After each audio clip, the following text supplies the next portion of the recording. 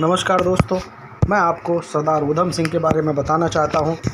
सरदार ऊधम सिंह महान क्रांतिकारी, जलियांवाला बाग हत्याकांड में बदला लेने वाले सरदार ऊधम सिंह। इनका जन्म 26 दिसंबर 1899 को पंजाब के संगरूर ज़िले के सुनाम गांव में हुआ था। उनका असली नाम शेर सिंह था। ऊधम सिंह के पिता सरदार तेहाल सिंह जम्मू उपपल्ली गांव में रेलवे के चौकीदार थे और जब 7 साल की उम्र के थे तो इनके माता पिता का साया उठ गया, जिसके बाद इनके भाई और इनको सेंट्रल खालसा अनाथालय अमृतसर में रखा गया और वहीं इनको शेर सिंह के नाम से पुकारने लगे। सन 1919 में इन्होंने अनाथालय छोड़ दिया था।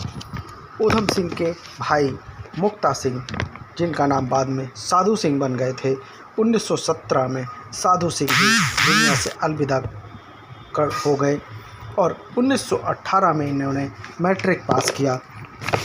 मैट्रिक पास करने के बाद 1919 में इन्होंने अनाथालय छोड़ दिया। भगत सिंह को अपना ये गुरु मानते थे।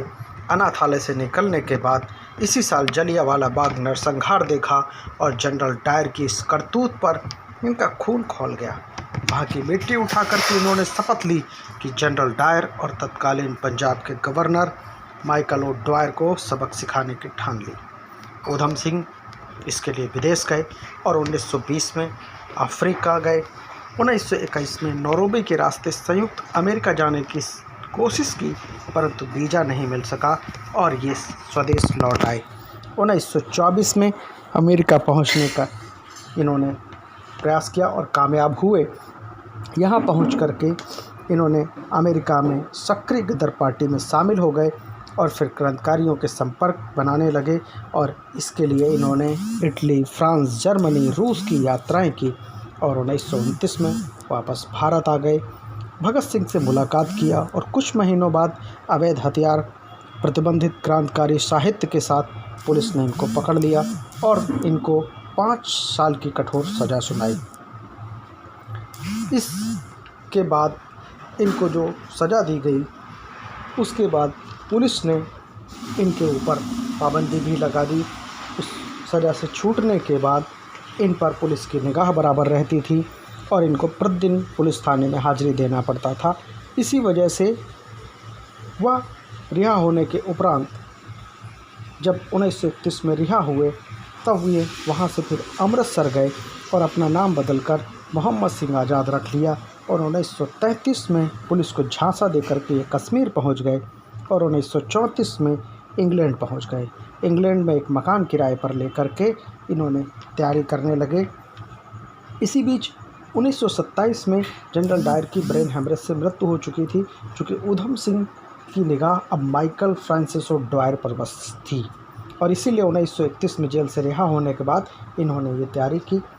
अब ऊधम सिंह को पता चला कि 13 मार्च 1940 को लंदन में कैम्पस्टन हॉल में ईस्ट इंडिया एसोसिएशन और रॉयल सेंट्रल एशियन सोसाइटी का संयुक्त अधिवेशन होने वाला है, जिसमें जो तत्कालीन गवर्नर थे डायर वो आने वाले हैं और उन्होंने एक मोटी सी किताब को काट करके उसके अंदर पिस्तौल छुपा करके ले जा करके पहुँचे और मंच पर पहुँच करके माइकल ओ ड्वायर पर उनका सीना छलनी कर दिया।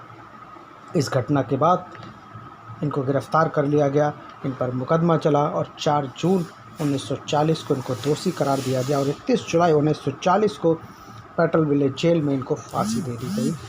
देश की आज़ादी में लेकिन इन्होंने अपना नाम अमर कर लिया और इनको इस घटना के बाद शहीद आज़म की उपाधि दी गई। आपको बताना चाहता हूँ, जलियांवाला बाग का जो नरसंहार है ये 13 अप्रैल 1919 के दिन इतिहास के पन्ने पर इसी कांड के नाम से चर्चित है। पंजाब के अमृतसर में स्वर्ण मंदिर के पास जलियांवाला बाग हत्याकांड की दर्दनाक घटना घटी थी। बैसाखी के दिन 13 अप्रैल 1919 को जलियांवाला बाग में एक सभा रखी गई थी और ये पूरी तरह शांतिपूर्वक सभा थी, जिसमें हजारों भारतीय जमा हुए थे और इस सभा का मुद्दा था कि रोलेट एक्ट का विरोध करना। रोलेट एक्ट एक काला कानून कहा गया था। ब्रिटिश साम्राज्य द्वारा भारत में उभर रहे राष्ट्रीय आंदोलनों को कुचलने के लिए बनाया गया था। इस कानून में ब्रिटिश सरकार को यह अधिकार था कि वह किसी भी भारतीय पर अदालत में मुकदमा चलाए बिना उसको जेल में रख सकती है। और इसी दौरान जब भाषण शुरू ही होने वाला था और उस भाषण के दौरान ही जब बच्चे और महिलाएं, पुरुष सभी वहां पर थे, ब्रिटिश ब्रिगेडियर जनरल डायर ने पूरी फौज लेकर के निहत्थे लोगों पर गोलियां बरसाने का आदेश दे दिया। कोई कुछ समझ पाता, लाशें बिछने लगी। वो लोग घबरा करके, मौजूद लोग कुछ कुएं में कूद गए और कुएं के अंदर ढेर लगने लगा। इस घटना के बाद 120 व्यक्ति की लाशें कुएं से निकली। पूरे देश को झकझोरने वाला ये घटनाक्रम था और उनमें से एक सरदार ऊधम सिंह ही थे।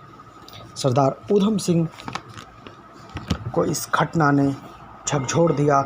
उनका खून खौल उठा कि हमारे देश के निहत्थे मासूम बच्चों, महिलाओं के साथ जो ये घटनाक्रम किया गया है, ये बड़ा ही दुर्भाग्यपूर्ण घटनाक्रम हुआ था। और इस घटनाक्रम से सरदार ऊधम सिंह ने जनरल डायर और तत्कालीन जो पंजाब के गवर्नर थे माइकल ओ'ड्वायर को सबक सिखाने की ठान ली थी और उन्होंने शपथ ली थी।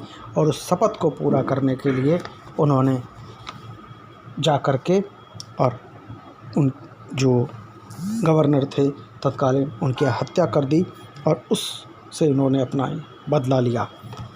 तो ये जानकारी सरदार ऊधम सिंह के बारे में थी। यदि ये जानकारी आपको अच्छी लगे तो लाइक करें, सब्सक्राइब करें, शेयर करें। जलियांवाला बाग की वो ज़मीन, उसको सत सत प्रणाम। ऊधम सिंह को सत सत नमन।